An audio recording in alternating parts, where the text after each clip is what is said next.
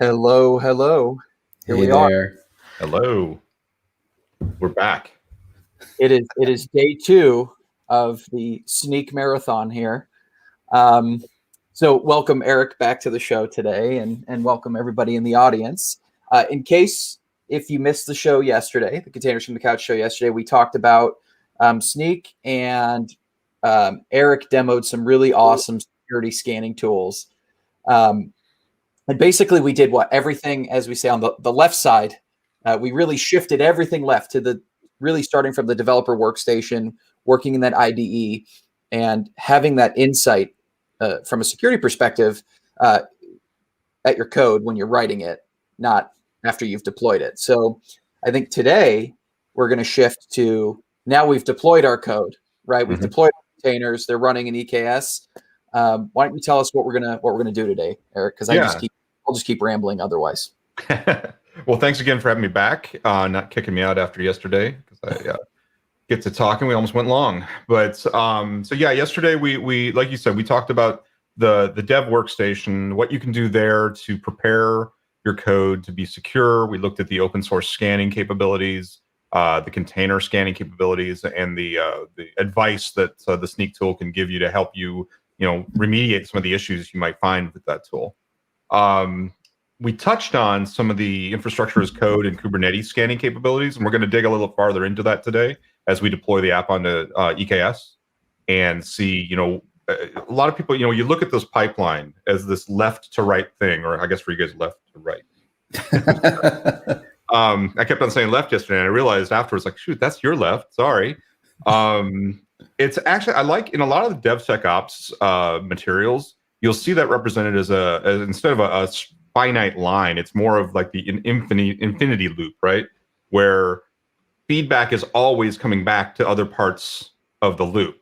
And the developer's day doesn't, as we all know, our day doesn't end when we throw the code over the wall and go have lunch, because eventually it's going to get deployed somewhere, whether it's production or test or whatever your environment needs. And we need the feedback from there as well. And we need to be able to correlate it to the changes we've made. And if an issue is found, heaven forbid, in production, we want to know if that's something, we encountered it, and how could we better our process to not let it get that far, right? So yesterday I started the talk with kind of the list of the different facets of our tool. And as I said, we talked about the open source scanning. We talked about container. We touched on infra as code, and everything being backed by the same vulnerability database behind it all. Today, oops, it went away. We're going to hit really harder on this cloud native security platform and the IAC scanning capabilities. Yesterday, everything I showed you is available in the free tier of our app. There will be one piece today that is available in the standard tier. If you are an open source project, I believe everything in standard is available to you as free as well. So I'm not in sales, so I refer you to our pricing page and to our account teams if you're really interested in buying into a tier. But let's dig into it here. Let me show you where we are, kind of where we left off yesterday. So in ECR, we have a repository with a couple images here. We're going to be looking at this latest one. It doesn't matter what this app is, because we're not interested in looking at this silly, it's a to-do app. But as I said yesterday, we have this app, it's full of vulnerabilities. We use it for showing off how to find a vulnerability and what it looks like to fix it. For now, all you need to know is it's a Node.js app. It's going to put a to-do list up on the page. Let's jump out of there. And sorry, not to be the annoying person, but just a little zoomage would be great, please. Sure. Thank you. Thank you for reminding me. We're going to jump over to EKS, and now I have started a cluster. Yesterday, I kind of had everything pre-baked. I have Terraform scripts that stood everything up. Today, I'm going to get a little more deeper level, just to show you kind of what's the guts behind things, because I don't want to just hit a button and say, hey, it works, right? I want you to see what's involved in setting some of this up. I did stand up the cluster because we didn't want to have to wait for the nodes to come up ahead of time. But all I did was did EKS CTL, create a cluster, give it a name, and it's just a standard 2-node cluster. So nothing fancy has been done here. So that's that. And if you've not looked at EKS before, that's the dashboard. There you go. Let's jump out and think what I want to show first on this. let's look at what we're going to deploy. So let me pull onto the right monitor, good old IDE, and we have a manifest for our application. And this is very basic. I mean, obviously, it's just an app and a Mongo database that goes behind it. The app is using the image we just pushed out there, and I'm using the latest tag. And yes, there are good and bad practices about using latest tag. We're not going to get into that today. It is pretty They've standard. heard my lecture on latest. Do what? They've heard my lecture on latest. We've had many talks about this on this show. There's actually, it's a good discussion, and we could go down that rat hole for the whole hour if we wanted to. Anyone who's done Kubernetes deployments probably sees problems with this already, and we'll see that in a minute. But if you remember yesterday, I showed, and all these things I keep saying, remember yesterday. If you weren't here yesterday and you're watching this recorded, pause now, go watch yesterday's show, and it'll make sense. But for those of you who are live, I'm going to show this is the Snyk web UI. This is kind of when you create your account and attach the command line tools to it and other tools, this is the UI representation of the projects and things that are created there. What we're seeing here briefly is my GitHub repository that contains all of this code is been scanned. And when it did, it found all of these things in it. We have the Terraform manifest that formed my demo yesterday. We have a Docker file for the app that made that image we just saw. We have the Kubernetes YAML we just looked at, as well as a service. There's nothing in the service to care about, really. And then we have the actual application that is in the Node.js app that's in there. We also see, let me squeeze that down. We see the ECR logo here showing we've connected to the ECR repository and pulled in the latest image, and it's already been scanned. I showed that yesterday, but just to show it again briefly, that's all you have to do to do that simply is add a project from ECR. I have previously set up the connectivity, which involves just setting up an IAM role and policy and giving it the unique ID for my organization here in Snyk. And that gives it the rights to be able to pull this information. I could add more images if I wanted to. I'm not going to do that right now. If you remember from yesterday, the scanning that we do at the image layer is open source package scanning. It's looking through the base image, looking for all the things you've done to the image in the layers, and showing you any vulnerabilities as well as advice on how to fix them. Again, check yesterday's show for a lot more about that. So let's back up now and get to, and the other things are just scans we did from the CLI. That's the little icon for it. But what we want to do now is deploy to Kubernetes and see the actual deployment in Kubernetes. This is the piece I was mentioning that is not part of the free tier. It is part of the first level tier that does require pay. But I do want to show it real quick. So how this works, there's two ways to install this, actually. Let me go through this like I would if I was just hadn't done this a million times. So I'm going to go to my integrations page. And there's Kubernetes. Now, I've already configured the connectivity to my AWS account so it can get in there. And I had a test cluster elsewhere that I was testing it against. In order for this to be able to see this EKS cluster, there is a server, a cluster side deployment, a Helm chart basically, that allows that watches the environment, watches the cluster, and then can communicate back to Snyk anything it sees coming in. The way to do that, I'm actually going to go right back to where I was because there's a link off of it I need. And I'm not worried about you seeing that because that'll get deleted in a moment anyway. But there's the documents right here that walk us through it. Oh, let me get that font bigger. If you're doing OpenShift, we have an operator for them as well. This EKS link I'm not going to click on because that just takes us to some quick starts, which hide everything from you. And like I said, I want you to see what goes into this. There's not a lot, but it is kind of interesting to see it, I think. So the Helm deployment, and I'm going to skip through all the minutia here, but basically it comes down to, obviously you're going to need Helm for this.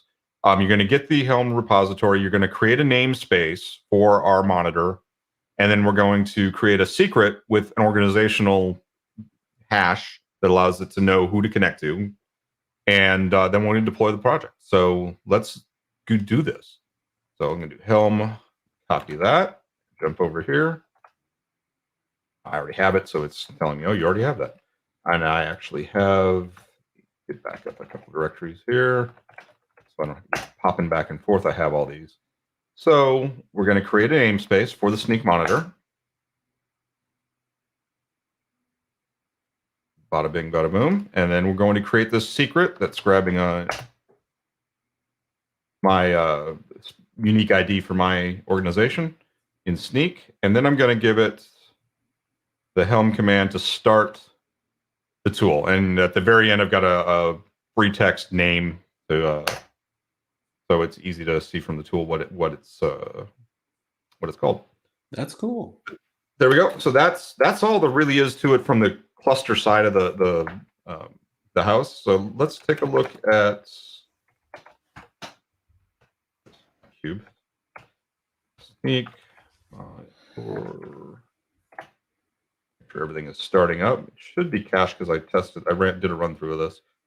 It says it's running. Go back over here and go back to. There it is. Nice. So as we open it now, the only thing that's running on the cluster is the monitor, and I'm not going to monitor my monitor. So let's get our app deployed so we can see it there. I'm just going to simply do, I have kubectl alias, so okay. And we're just going to deploy everything in this directory. And there it goes. Close this.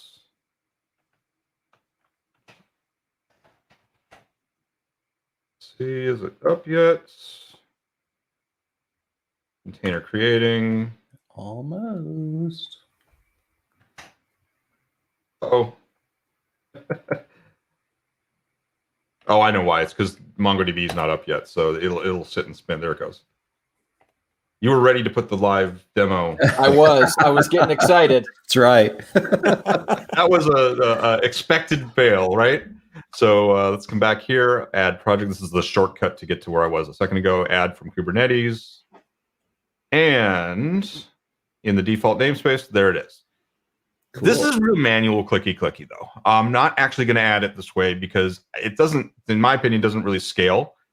For a developer sandbox environment, if you're running your own little cluster for your own needs, if you're running Kind or something on your local workstation, this would be fine. But there's another way to do this that we're going to jump over and do instead. Well, let me kill what I just deployed. Bye-bye. And I'm going to switch Git branches. Come on. Come on. kubectl, you can do it. I think it's that database that just doesn't want to die. That's right. It's hard. Yeah, to I'm not convinced that our manifest does it, or our the Mongo whatever shutdown is clean. Okay, cool. There's that. Let me check out. And let's take a look at what we have in here. But this manifest is no different than the one we just saw, except for the addition of this annotation. Now, yes, you're seeing my org ID. Again, that'll get deleted as soon as we're done here. I'm not too worried about that. But what you're seeing is orgs, Kates, Snyk, IO, v1. Our monitor tool watches for that annotation, and anything that is annotated, to use the word 8 times in the same sentence, will automatically get projects created for it. So let's deploy that. That's very cool. Yeah, and honestly, I don't know that I would always do every deployment like the Mongo. It's not really even that important to this demo, but it'll get annotated too. Now this will take a moment because it's got to kind of negotiate. Give it a second to refresh here. Yeah, you'd almost only want, like, you probably only care about things that are under your control anyway. And Mongo, you might think of as like, that's someone else that built that, not under my control. I mean, you might want to know about it still, but yeah, I mean, there are things about the deployment that you care about that you'd want to, even if it isn't your image, if you're just using a stock image. So I guess it does make sense to have it in there. I'm just not going to really dig into it for this demo. So you can see Fair now enough. there is something happening here. It's importing something. We can go into the tail of the log and see what it is. And sure enough, That's cool. we have in default namespace, we have a deployment named goof demo auto coming in, and it's grinding away. Now, what it's doing in the background is magic. I can't tell you. Actually, it's going through. It's looking at the images in the deployment and comparing the doing a quick scan on them for you. It is doing not a full. Well, how should I put this? It's looking at the deployment itself, the object, and it's looking for known practices that are frowned upon, if you will. I don't like to say best practices, but and it's going to scan for that.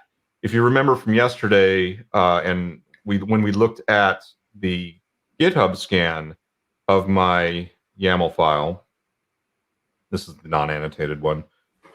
We saw a whole bunch of things. It's not going to go to this level of granularity, but it is going to find things. Well, I don't want to give away the. It's okay.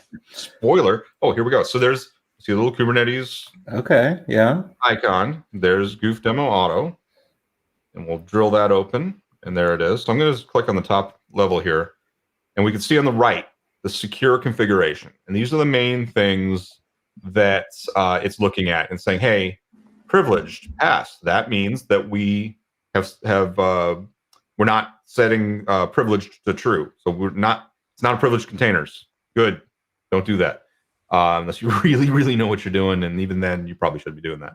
But we have a bunch of fails. We have CPU limits, memory limits, run as non-root, all of these capabilities that are not being set, or they're being set incorrectly if they are being set, and incorrectly again in air quotes because every use case is different. Right. But in most cases, you want to have these things pass, which means we go back. Right, I keep whiplashing back and forth between pages here. But if we go back to our scan, so actually, let me say, as a developer, I'm going to see that and say, oh, crap, did I miss something? Or more likely, my operations person is going to see that and say, wait a minute, why isn't that? And he's going to pull me over there. And we're going to go back and look at the code. Oops, I'm clicking on the wrong thing. I'm talking and not paying attention to what I'm clicking. And we're going to say, was that really? Keep doing it. Sorry. Is that really what we checked in? And sure enough, yes, it is. And you just ignored the fact that we had high, medium level issues on this. So the first one there being limits. We have a resource request for this pod or this container, but we don't have any limits. So again, requests, that just tells asks the scheduler, make sure this much CPU and memory is available on a node that you're going to schedule this on. But if you don't have limits, bad things can happen. And I'm probably, in this crowd, probably speaking to the choir, but if, for instance, you have a tight loop, an endless loop in your code, and you don't have CPU limits on it, or if even worse, somebody were to find a remote code execution vulnerability in your container and start mining Bitcoin or something, they can eat up all the CPU on the host that it's sitting on if you're not limiting it. And of course, you give quotas and other things to help mitigate that, but you really should define for your pods and your containers the CPU and memory limits, because if you don't, wild, wild west. So let's take a look. Magically, I have another branch. Check out limits. And in this, the only change we have is we're going to fix the limits error. So we've added, I just use the same values as we have for requests. And, depending on the footprint of your app, this obviously would be what you would need to keep the app running and no more.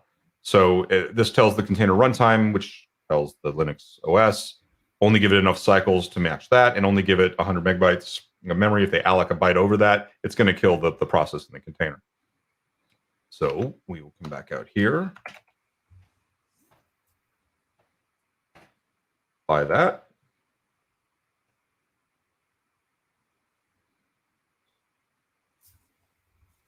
Put here.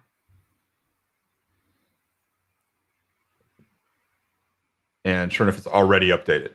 And Nice. that's another thing about the annotation. Because it's annotated, when it saw that new deployment come in, that woke the monitor up and said, hey, I didn't have to refresh or do anything. It's automatically going to see it. So now we have both our CPU and memory limits are passing. We've got other things we could fix. But that, I think it gets the gist of it, right? Right. So Eric, can I ask, so like yesterday, we showed scenarios down in like when we were looking at severities where you could ignore something. In this section up here in the source configuration, is this kind of static? I can't modify what we can and can't see. Yeah, these ones are not editable. These are kind of hard coded. You could edit the scanning capability, the part that scans the static analysis part, but this part is not editable today.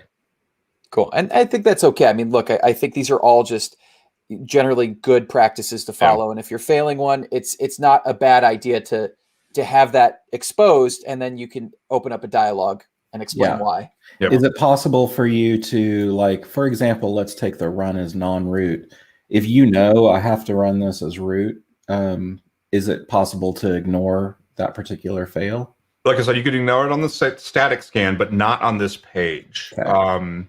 The answer I would give if I was a consultant or something at a customer that had that issue would be, let's take a look at what you're doing, because a lot of time people think they can't, and it's really that they just haven't put in the effort to do it.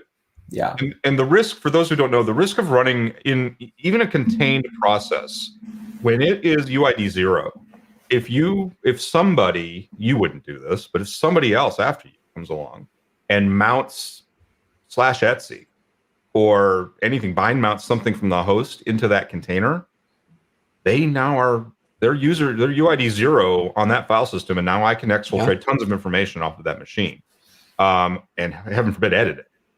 Same thing, even not just the obvious things like etc password or things like that. You can get into possibly the container layer file system of other containers running on the system. It's just bad things can happen, even if you're as careful as you want as anybody. Somebody else coming along after you might do something bad, and you don't want that to happen. So that's a good point. Yep. So let me think. Is there any questions from the field while I'm at a pause? No, we've had some commentary on the term best practices versus good practices. That's a term that I cringe to say, honestly. And I think even with on the topic of those security checks at the top, I think it's worth saying that, like, there's a whole lot of stuff that you could check, but these are 6 that you could probably categorize as, like, you'll almost always want these to be passing. And so that whole us asking about exceptions and stuff, it's just because people are always going to ask about exceptions, but these are ones that it would be exceptional to need an exception to something like this. I think one of the most contentious ones I've dealt with, when I've been with customers, is this one, especially with legacy apps that have been lifted and shifted into containers, because the initial thought is, well, I have to have a read-write file system because Tomcat's going to drop, work JSP, compilation, all sorts of stuff all over the place. And usually, as they start to describe why they think they need a read-write file system, the light bulb will go off in their heads, like, wait a minute, why am I letting it do that? Yeah. Or why aren't I using, an empty dir of mount for that? Exactly. Yeah. If it's ephemeral, then it's ephemeral. The container is ephemeral. So if it's something that needs to be addressable or readable, or if you're not going to write a file and not read it, there's no point in doing that. So if you're going to write it, you're likely going to read it. And if you need to be able to read it, you should be writing it to a volume that's mounted that you do have read-write access to. Or forwarding it to a logging collector, or doing whatever it is you're going to do. Exactly. So I ripped through that faster than I thought I was going to. The other thing that's being shown here is the container. This is the main app, not the Mongo one. It's showing the same thing you would see in the container scan that we saw, in the Docker file or in the repository. And this is just kind of another place to check and see, hey, what have I deployed and how many vulnerabilities are in them? And if you remember from yesterday, we went from, what was it, 600 or 800 down to 58. This also will get the updates, as the vulnerability database at Snyk is updated, these will get updated as well. So if you have something in production long running that has more vulnerabilities tomorrow than it has today, this will reflect that. That's really cool. And it's probably worth, let me just ask this so that you can like you're the authority, but people use like Claire, the open source container scanner, and it has its own database. Mm-hmm. Are you guys using that, or bringing your own intelligence to the table as well? We have our own entire team of I don't know what you call them, data scientists or security vulnerability analysts. That, if you remember when I went back at the very beginning, this vulnerability database, we have an entire team that's constantly looking at this. We have actual creation rights for several different forms of CVEs. When you look at the vulnerabilities, let's go down here and say more about one of these, right? You can see that, so this is a standard CVE, but it was actually, we have additional info that we've added to it in order to help developers and operators know a little bit more about what does this mean? What should I care about? This view isn't showing it to me because it's not a code view. But let's see if I can find one that's got CVE and security. A lot of them are CVEs that have come in that we didn't come in. Right. But so you'll get ingested all of the same ones that the open source scanners would get, but then you all are able to offer additional information that might be more context specific, and then in addition, you might even have your own CVEs that you've discovered on your own and pushed out to the CVE community as well.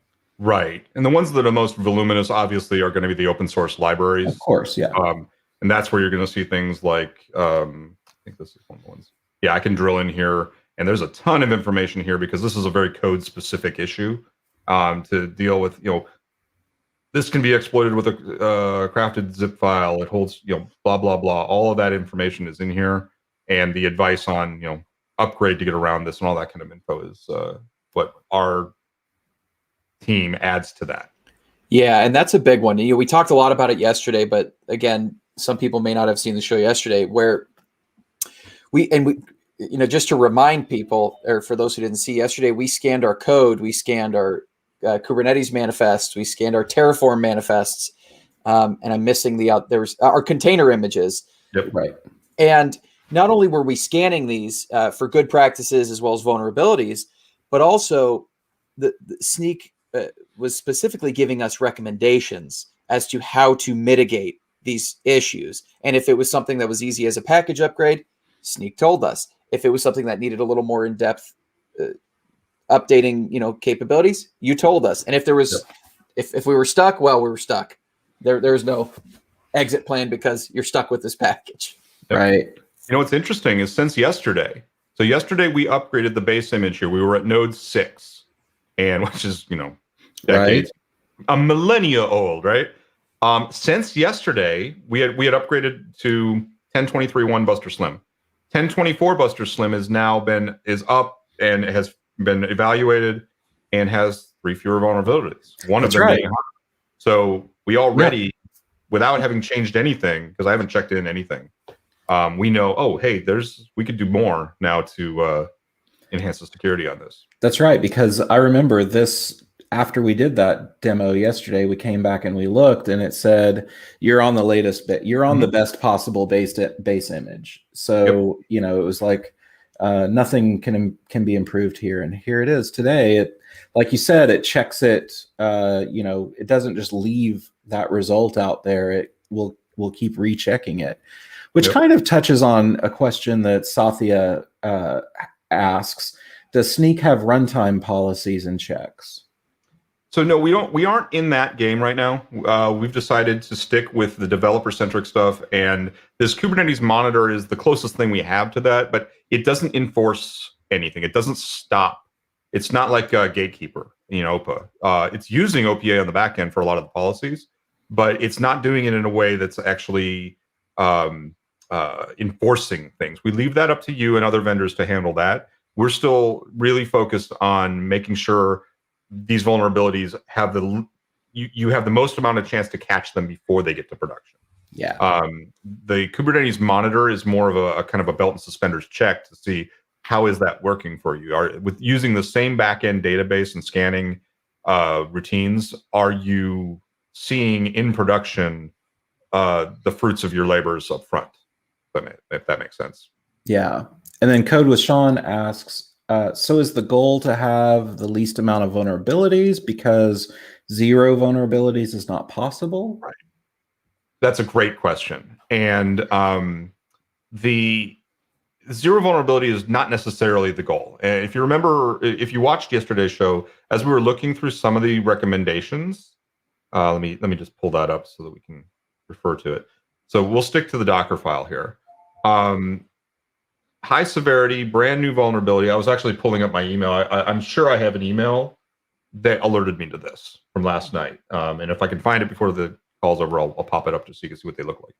But we can look at this, and this is where you as a developer, your lead, your architect, your security, your DevSecOps team would come down and look at this and say, hey, how susceptible are we to this? Do we need to pull the emergency brake and get a patch now to fix this? Or do we just need to get it on the backlog for the next release or something?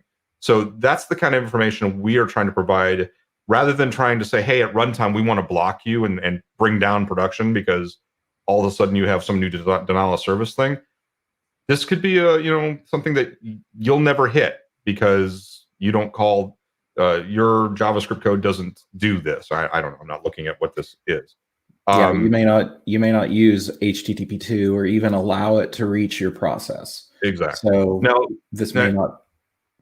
Yeah, one of the things that we've announced that's I think it's in beta now, through some technology partnerships, we're working on a reachability capability. That's funny set of words to put together, where these scores can be updated to say, hey, this is exploitable, and this would apply probably more to the open source library scanning, but nothing in your code gets to it. So Nice. as an architect, I would probably say, if this is like a Java project or something, let's just, in the Maven file, let's just take that library out because we're not calling it anyway. Let's get it out of there. Now, I don't know if that's going to be in the free tool, if that's an enhanced, standard edition piece of the tool. But those are the kind of things that we're looking at is to make this even better. These priority scores they're really great because they help me as a developer, as an architect, look at this list of 50. What do we got? 58, and try to figure out, okay, well, how big a deal is this thing? And as long as you trust our scoring mechanism. So this one says it's recently disclosed, has a fix available, and is medium severity. That has a fix available is always a big one that will pop that score up, because you don't really have a lot of excuse unless there's something incompatible about this version of Node. Why would you not take this? And again, this is another new one from last night. Now, the reason why you might not take this is I don't care about a DNS rebinding issue, because I refuse to believe DNS is ever a problem with anything. It's either DNS or disk space. That's always what causes the never problem. Infinite disk space for all the logs you'd ever need. Okay, so we have a couple more questions. Gavoden, are there any plans for having an EKS Admission Controller in Snyk to prevent against unwanted or rogue deployments? It's a great question. I think that would fall under the same point of view that the product team has told me, that we're not looking to be the traffic cop. We're not looking to compete with the runtime scanning tools that do that already. That's just it's a different game, right? When you start blocking things from happening, it's a different support structure. It's just a different domain, if you will. Yeah. And as of now, no. Whether we do that in the future, I have no idea. But as of today, that's to my knowledge, that's not on the roadmap. And I like how you put, going back to what we talked about early today and yesterday, shifting all of this left and shortening the feedback loop for the developers and the teams, the humans. That's really, I can see how Snyk is focused on doing that, because that's the best way to be able to get good code out there and deployed, is by showing you earlier in the process that these are the things that you need to address and things that you need to fix. And then, I like the follow-up of, hey, this has been out here a while. I'm going to continue to check it because, the context can change from one day to the next. Yep. But the runtime thing, I think, it's cool, certainly, but I kind of like that you all are staying, focused on feedback loop. Yep. and optimizing that. And honestly, unless we could do it better, and who knows, our engineers are geniuses. They could probably find great ways to do things, but unless you can do it better than the tools that are already out there. I mean, OPA and Gatekeeper, you can do a lot of that right out of the box. Yeah. Not even have to go to another vendor to do it. That's why you'll see, like, even in the blogs we write as DevRel, we'll talk about, hey, watch for this, and here's how you would configure your cluster to avoid it or to block for it. Like, I wouldn't recommend nowadays really to use pod security policies because they're getting deprecated, but you should use OPA to do this, or you should use don't run as root to block this kind of a thing, or don't run with a read-write file system. Using the tool you have already to solve the problem is the kind of advice we would give, rather than trying to have a Ed 209 style robot sitting there trying to shoot down pods. So you have time for some more questions? Sure. All right. So Code with Sean asks, so companies that are audited and must meet industry requirements, basically regulated companies, they need to be able to report these and prove why they did or did not change as a result of the alert. So maybe, is there any reporting that you could show us, that we would maybe want to hand off to an auditor? Because I think auditors are used to, these numbers aren't going to be zero, they're used to understanding that there are risks and there are mitigations. Yep. So just a disclaimer, and this doesn't mean to be a cop-out. Since in DevRel, I don't deal with the sales side of the house, I'm not going to be a good salesperson for Snyk here, so hopefully I'm not going to get fired. Reports is part of the standard tier, and there's enhanced things, into the pro and the enterprise tiers. And all of this is available, by the way. If you were to want to license this, you can get this through the AWS marketplace. So if you've got credits or funds, whatever, to go that way, you can get it through that. I don't know a ton about the reports. That's my disclaimer to say I'm not really savvy on the reports. If you're really interested in them, go to the website, take a look at it, and if you want to ask questions, there's a link right on the page to say, hey, tell me more about this. But what I can tell you about that I am familiar with is let's jump into let's try this. I'm going to go into the package JSON. This is my Node.js app, and I can view history on the scan. So it's not a very old project because I just created it for the demo, but I can see over time, this one hasn't moved. That's a terrible demo. Un momento. Let me jump out of here and go back to the image. It's probably going to have a little more interesting stuff. So any vulnerability report, so yesterday we had 866, 867, 58, and I can look at all of these and see when they were. I can look at the dependency graph that was in place at the time that it looked. Now, we don't store your source code, so I'm not going to be able to show you your Docker file at the moment this happened, but you can correlate that with the timestamps and figure out what changed. And if you have a CI system running, you would see the response from the tool or the plugin that you're using to talk to us would obviously contain all of this information as well. Yeah. And then version control, of course, for correlation. Well, yeah. Totally. And I think that it's probably noteworthy that those customers that are working in regulated environments, they're probably enterprise level, big-ish customers, and they're willing to pay for this kind of tooling. Like this isn't something that we expect from a free product or a free tier. So you showed us a report a minute ago. Mm-hmm. One of the graphs that I would love to be able to take to an auditor was the exposure window and issues over time. I think that would be something that would be really cool to be able, because again, auditors understand risk and mitigation. And so being able to show that, like, as there are risks that come up, we work to get that back down. And then when they come up again, we work to get that back down again. And as long as, we're seeing that stay relatively healthy and not just hockey stick upwards, then I think, auditors are going to be pretty okay with that. So I think I like this view. Yeah. Yep. I concur. And I apologize not knowing the details behind it, but you can drill into it and play with it all you want. If you get a free account, I believe what you're seeing here is available in the free account. It's just the details behind it, like some of the things like licensing. I think that is getting licensing, scanning.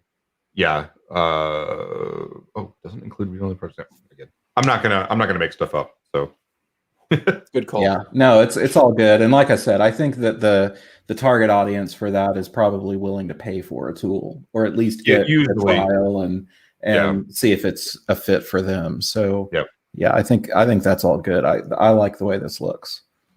Yep. Yeah. And I can hear any of my sales engineers watching the YouTube stream right now. Eric, you should know that. Say this. Oh, you're gonna have so many Slack messages. I've got it muted right now, so I'm sure. Oh, that's funny. Well, I didn't mean to derail you from your demo. No, that's fine. I consider it as a dev role, I don't want to have to worry about the sales side of it, because I want you to understand I'm a developer like most of you out there, and the reason why I came to Snyk and why I love the tool is because of how, it sounds, we keep saying it, but that right, left, pushing left, making the developer more enabled to fix these things at their desktop. It's just, I've not seen tooling that does this level of that ever. So. Yeah. And look, you think in like the realm of a startup. I don't have the resources to invest in a giant security team. So if I can have insight from this tool to kind of give me good advice to make sure I'm making good decisions, or to help me make, better decisions, you're one step ahead. Yep. Well, like we were showing yesterday, just being able to drill in and see a description of a vulnerability that in real English words, right, tells me this is why this is a problem, and this is, how you could exploit it, and here's how to fix it. That's gold. Yeah, totally. Oh my gosh, yes. It's incredible. It's something that I want to start using because, I don't have time to go and do all this research myself, and so unfortunately, it just isn't going to get done. So if there's a tool that I can use that'll, do it for me and help show me these are the things that I need to do and update and kind of give me an idea of where I stand, then that's awesome. Yep. Another thing I was going to touch on the shifting as far left as you can go topic, not quite a year ago, maybe 6 months ago, 9 months ago, we acquired a company called Deep Code. And the first product coming from that acquisition is Snyk code, of course. And this is moving us into the static application security testing, or SAST, as the security nerds like to call it, realm, where my experience with a SAST kind of a tool is that, and when I say that, let me define that. what you saw yesterday and what we kind of touched on today a bit before the container piece, when you're scanning open source libraries and the vulnerabilities and that's critically important. And that, if you were to look at a pie chart of what you deploy to an environment, like the wedge of your code is usually this big and everything else is all that open source libraries that's black box to most of us. But that wedge is still, that's your business logic. And it's very important to know if you've got any security issues in your own code. Our other scanner doesn't do that. This does. And historically, static analysis security scanning tools are things that sit in your CI pipeline and take an hour to run or more or overnight. And this is a game changer. It is real-time AI ML fed in your IDE SaaS scanning of your code. So while you're typing, it is traversing the graph of all the threads through your code into everything and figuring out, hey, there's a problem. There's another one, and alerting you to it as you type. This is still in beta. It's coming soon, but this is amazing stuff. I see some of the internal demos of it, and I'm just blown away. So again, and it's fed by the same backend vulnerability databases as everything else. So Wow. just like to throw that one out there for the sales guys, because I don't know if this is going to be in the free tool or free tier or not, or if there's going to be a free version or not. But I hope there will be at least a a rate limited version of it or something, because it's pretty cool. That does sound cool. So I know you answered this yesterday, but I'm going to ask again today. G. Voden, can we expect support for CDK or CloudFormation in Snyk IAC? I can't comment on it. I can neither confirm nor deny. I think that's the answer I gave yesterday. I can neither confirm nor deny that those things are coming. I would be surprised if CloudFormation wasn't at least being talked about, if not actually being worked on. But I can't promise anything right now. If you, I hear that a lot. So trust me, I will communicate that up as just another person asked. But you can go to our website and put in, there's a feedback link down at the bottom of the page. You can put in feedback and say, hey, this would be very interesting to me. I would love you to have that. That would add to that. But I will definitely take that feedback from this. And it's interesting. CloudFormation, is a template, a syntax, a DSL, basically. Similar to Terraform, where I can imagine you could write something that would scan it and look for certain things like you do with Terraform. Right. CDK, on the other hand, is more akin to your code scanning, where what I might write, I might not author anything that's bad. I'm counting on a CDK library to bring all of the good practices, right, and intelligence, and I'm just going to pull it in and call it. So it might be that, you can craft a service around code scanning and checking those libraries, and just, so that you can find the good practices and ensure that you're enforcing the policies that you're looking for. But at the same time, CDK is also built to allow you to do that on your own. So as an organization. Let me ask you a question, Brent. Yeah. So I know what CDK is. I've not actually used it. Does it have a way to generate CF out of it, or does it directly call the API and bypass? No, it synthesizes down to CloudFormation, or there's a different module that'll synthesize down to Terraform. Well, interesting. So you could synthesize to Terraform and run that through here. You could. It actually, what I ask, because it reminds me of when people ask me about customize for Kubernetes. And generally, you can run a customized build and pipe it right into the Snyk tool and to the IIC scanner, and it'll scan it just like the rendered Kubernetes YAML that comes out of that will get scanned. We don't have a native customized scanner today, but that's the advice we generally give, is say, hey, just generate your YAML out of it and pipe it in. I would think that if we did have CloudFormation JSON scanning, that something like that could probably be crafted. Yeah. Now, it's not a one-to-one, line-to-line. Like, you're not going to have, if that's the way we did it, you wouldn't have like, hey, here's the line in your whatever code you're writing it in. That's the problem. You'd have to kind of correlate that yourself, but yeah, at least a workaround. And there's a CDK-TF project that will output to Terraform. It would be, it's something you could probably test out and do today. It might end up being a little bit clunky because what would happen is you scan the rendered Terraform and Snyk alerts you to something. Then you'd have to kind of backtrack your way and find, where did that get set? Because it may not be something that you set yourself. Yeah. So does the rendered CloudFormation and Terraform get annotated with line numbers from your original in any way? Any comments in it, or is it pretty minified? Adam, what do you have a way to like pass in, like this is where I'm setting this, and it explodes out to, all the different parts? I mean, I'm not sure I understand, but it dynamically like names resources. It dynamically will tag resources for reference. But I mean, there's almost always, so like if you're let's say you're going to create an S3 bucket, you're almost always giving at least one thing as input, that's like, I want it to have this string in the name or something like that. And then you could probably, in the rendered Terraform or CloudFormation, you would see that string, and know that, hey, this is the S3 bucket that line created. Here's where I see this, literally the Snyk ecosystem fitting into this workflow. I'm writing CDK code using Node.js. I am in my, let's say I'm building Lambda functions, Docker containers, a whole bunch of things.